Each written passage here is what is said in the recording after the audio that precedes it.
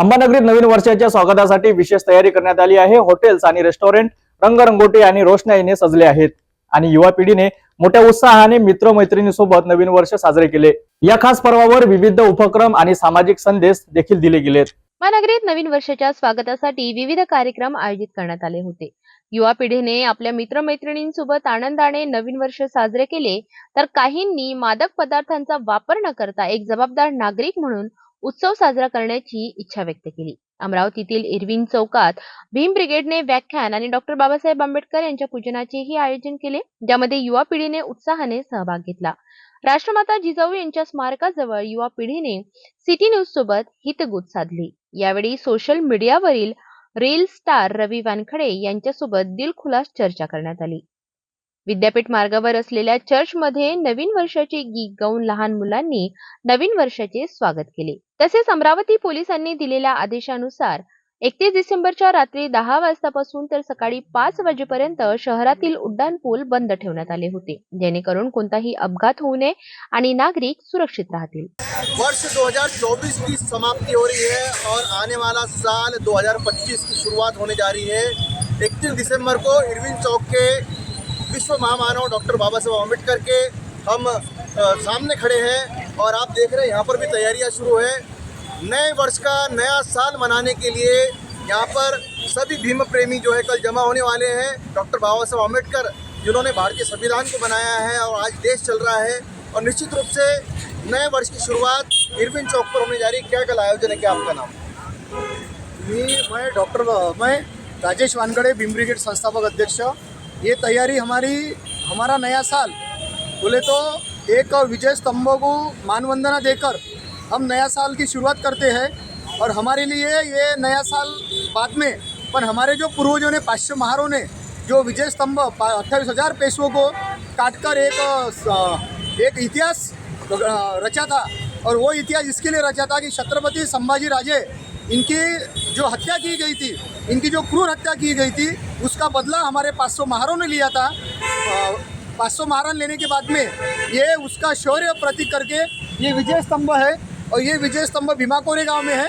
और ये विजय स्तंभ की पूर्णाकृति बनाकर हम डॉक्टर बाबा साहेब आम्बेडकर इनके पुतले के परिसर में ये विजय स्तंभ हम उभारने के बाद इसके लिए हम मानवंदना कल सवेरे 10 बजे यहाँ पे बड़ी तादाद से आम्बेडकर अनुयायी, बहुजन समाज के सभी लोग, सभी समाज के सभी लोग यहाँ पर उपस्थित रहेंगे, मान्यवर उपस्थित रहेंगे, और यहाँ पे लाखों की संख्या में कल यहाँ पे मानवंदना दी जाएंगी। और उस मानवंदना के लिए हमने यहाँ पर ये 500 महार का विषय लेकर 500 बॉटल रक्तदान शिविर हमने यहाँ पे रखा है। वो 500 बॉटल रक्तदान हम 500 महार शूरवीर योद्धा को हमने समर्पित करके उस उपलक्ष्य में ये रक्तदान शिविर रखा है। उसके बाद में जो आजकल ये तरुण युवक जो दिशाहीन हो रहे हैं, दिशाभूल हो गए हैं, उसके लिए हमने यहाँ पर एक व्याख्यान रखा है, माय बाप समजून घेताना। ऐसा हमने वो माय बाप ये व्याख्यान रखा है। वो व्याख्यान वसंत दादा हंकारे, प्राध्यापक वसंत दादा हंकारे, इनके मधुर वाणी से यहाँ पर 11 बजे उस व्याख्यान के लिए स्टार्ट हो जाएगा। ये कल का पूरा कार्यक्रम का पूरा स्टार है, और ये कार्यक्रम पूरा आप कल सवेरे यहाँ पे चालू हो जाएगा 11 बजे। 10 बजे यहाँ पे मानवंदना रहेंगी, और मानवंदना के लिए 2000 समता सैनिक दल के सैनिक और बुद्धघोष बनते बुद्धप्रिय बनते, इनके उपस्थिति में ये मानवंदना दी जाएगी। और कल 500 महार जो है इतिहास है, वो इतिहास यहाँ पे रचा जाएगा।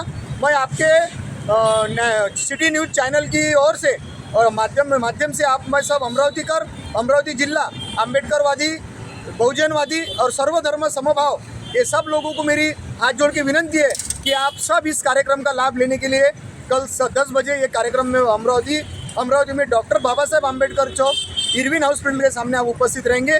ऐसी मैं आपको भीम ब्रिगेड की तरफ से सब पदाधिकारी सिलेदार की तरफ से विनंती करता हूँ। जय भीम, जय शिवराय, जय संविधान।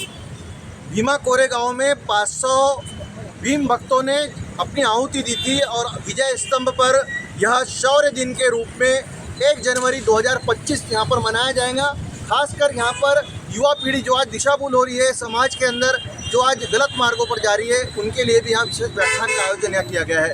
मैं दिलीप जौनजाड़, हितेश किल्लेदार, सिटी न्यूज़ अमरावती। राष्ट्रमाता जिजाऊ या स्मारकाजवळ आपण उभे आहे आणि अंबानगरीमध्ये युवा पिढी कशी साजरा करते. आपल्यासोबत रील्सचे स्टार आणि ज्यांना जे आज लोकप्रिय झालेले आहेत त्यांनी रील्स ज्या बनवतात आणि ज्या स्टोरी जे टाकतात असे रविभाऊ वानखडे आपल्यासोबत आहे. रविभाऊ, काय म्हणणार? नवीन वर्षात शेवटचा वर्ष आहे, आज शेवटचा दिवस आहे. नवीन वर्षात काय संकल्पना, क्या गया बीती वर्ष? सर्वात पहिले तर सर्व तुमच्या चॅनलला, तुमच्या टीमला, सिटी न्यूज चॅनलला माझ्याकडून नवीन वर्षाच्या हार्दिक शुभेच्छा. संकल्प नेहमी नवीनच असते, पण 1 जानेवारी गेली तर 2 तारखेपासून जसे ते तसंच म्हणजे आपलं कंटिन्यू लाईफ चालू असते. पण तरी असं वाटते की बदल घडायला पाहिजे, कारण हे वय आहे. त्या वयात जर बदल घडवला नाही तर समोरला भारी जाऊ शकते. तर आता संकल्प काहीतरी मनात ठेवले आहे.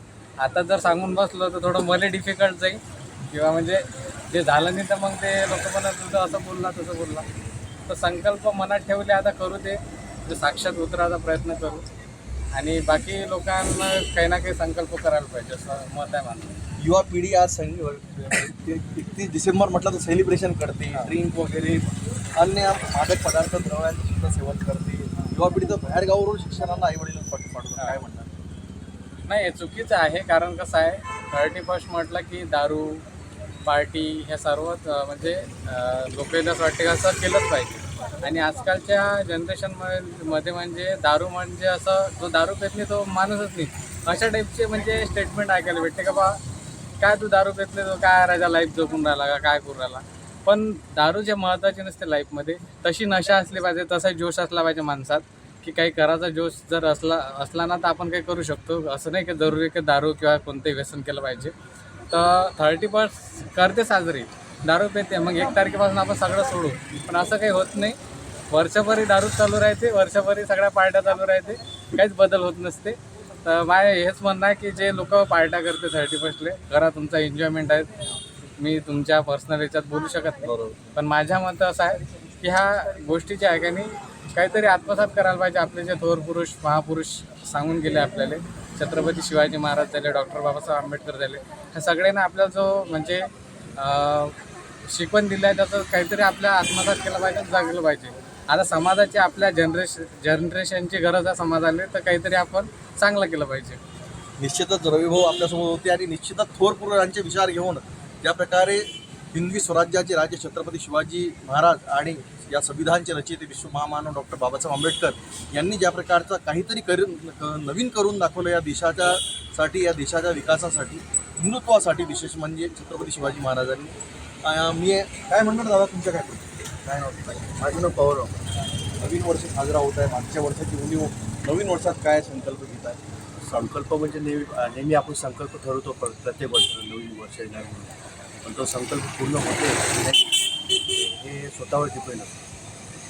पण संकल्प हा मला तरी वाटते नवीन वर्षानिमित्त केल्यापेक्षा प्रत्येक दिवशी संकल्प केला पाहिजे. जो नवीन दिवस उजाडतो त्या दिवशी संकल्प केला पाहिजे, आपण आज काय केलं पाहिजे जेणेकरून पूर्ण वर्ष आपलं 25ची सुरुवात होत आहे, नवीन वर्षाचं स्वागत, नवीन वर्षाच्या नवीन संकल्पना, काय म्हणणार?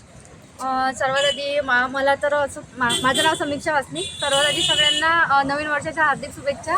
तर हे वर्ष तर झालंच आहे, आता गेलंच आहे, आता नवीन वर्ष चालू होणार आहे. तर मला तरी असं वाटते की जे तुम्ही तुमचे काही विचार केला असेल की नवीन वर्षात मी हे करणार ते करणार, तुम्ही काही विचार करून ठेवला असेल की मला हे एम असेल तुमचं काही, तर ते तुम्ही कंप्लीट करा नवीन वर्षात, असंच मला वाटते, माझी हीच इच्छा आहे. तर थँक्यू सो मच. मी जास्त एखादं गाणं नवीन वर्षात आठवते का?